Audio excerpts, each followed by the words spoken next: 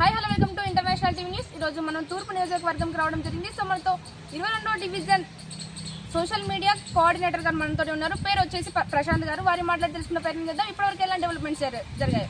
నమస్తే సార్, బాగున్నారా? ప్రశాంత్ అండి. నేను 22 డివిజన్ ఉంటాను, social media in charge. Okay sir, as a social media ఇన్ఛార్జ్గా ఇప్పటి వరకు మీరు మీ డివిజన్కి ఎలాంటి డెవలప్మెంట్స్ చేసుకున్నారు? అంటే మేము చాలా ఒక్కొక్కటి అంటే రోడ్స్ పడడం కానీ, అండర్ డ్రైన్ కావడం కానీ, ఇంకా ఇప్పుడు ప్రజెంట్ గవర్నమెంట్ ప్రవేశపెట్టిన రేవంత్ రెడ్డి గారు ప్రవేశపెట్టిన ఇందిరా మిల్లే కావచ్చు కానీ, రేషన్ కార్డే కానీ, ఇట్లాంటి చాలా అభివృద్ధులు చాలా వస్తున్నాయి. అంటే అంతమందికేమో రేషన్ కార్డు లేని వాళ్ళు చాలా ఇబ్బందులు పడి ఉన్నారు. అప్పుడు అప్లై చేసిన వాళ్ళు కూడా ఇప్పుడు వచ్చినందుకు కొంచెం చాలా హ్యాపీగా ఉన్నారు. అందరూ ప్రజలు కూడా కొంచెం హ్యాపీగా ఫీల్ అవుతున్నారు.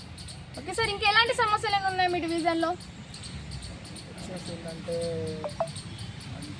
మ్యాక్సిమం అయితే ఆల్మోస్ట్ మా 22 డివిజన్ కార్పొరేటర్ గారు బసవరాజ్ కుమారస్వామి గారు ఉన్నంతసేపు మాకైతే ఏం లోటు లేకుండా అయిపోతుంది.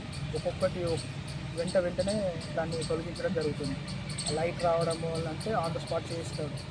అట్లాంటి ఇంకా చాలా ఏ కార్యక్రమం అయినా ఆన్ ద స్పాట్ ప్రజ మనిషిలా ఉంటాడు. ఓకే సార్, స్థానిక ఎన్నికలు రాబోతున్నాయి. మీరు ఎలాంటి నాయకుని ఎంచుకోవాలని చెప్పి మీ డివిజన్ ప్రజలకు చెప్పాలనుకుంటున్నారు? ఇప్పుడు ప్రజెంట్ సిచ్యువేషన్లో మాత్రం కాంగ్రెసే రావాలి. అలా కూడా ఇప్పుడు ప్రజలకు ఉపయోగపడే వ్యక్తి ఉండాలి కంపల్సరీ.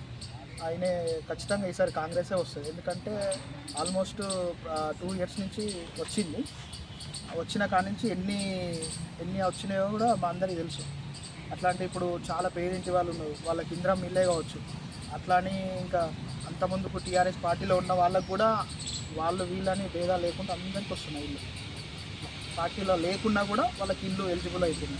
కాకపోతే మాకు చిన్న ఫేవర్ ఒకటి ఏంటంటే దాంట్లో వచ్చేసి ఇందిరమ్మ ఇల్లు యాప్లో వచ్చేసి ఎంపీడీ ఆఫీస్ అని పడుతుంది. దాని గురించి మీరు కొంచెం స్పెషల్గా మూవ్ చేయాలి, మాకు కొంచెం త్వరగా అయ్యేటట్టు చేయాలని నేను కోరుకుంటున్నాను. సార్, నేటి యువతకు మీరు ఏం చెప్పాలనుకుంటున్నారు? యువత ఎట్లున్నదంటే ఇప్పుడు ఈ గంజాయి దీనికి చాలా అడాప్ట్ అయి ఉన్నారు. దాంట్లోకి వెళ్ళి కూడా వీళ్ళు అందరూ కొంచెం మనం పార్టీలో బ్యాక్ బోన్గా ఉండాలని, మనకు సమాజంలో కొంచెం మేలు రాయిగా ఉండాలని అనుకుంటున్నాను. ఓకే సార్, ఇంటర్వ్యూ కంక్లూజన్ ఇచ్చే ముందు మా ఛానల్ వారికి మనం చెప్పాలనుకుంటున్నారా? అంటే తూర్పులో వచ్చేసి కొండ మురళి, కొండ సురేఖ గారి ఆధ్వర్యంలో చాలా అద్భుతాలు జరుగుతున్నాయి. వాళ్ళ ఆధ్వర్యంలో చాలా జరుగుతున్నాయి. ఇక ముందు కూడా జరుగుతాయని మేము అంతా ఆశిస్తున్నాం. సార్, చూసారు కదండి, ఇప్పుడు ఇంటర్వ్యూ ఇలాంటి అసలు మనం ఇంటర్వ్యూస్లో నెక్స్ట్ ఎపిసోడ్లో మీ ముందు ఉంటామని. Until take care, by.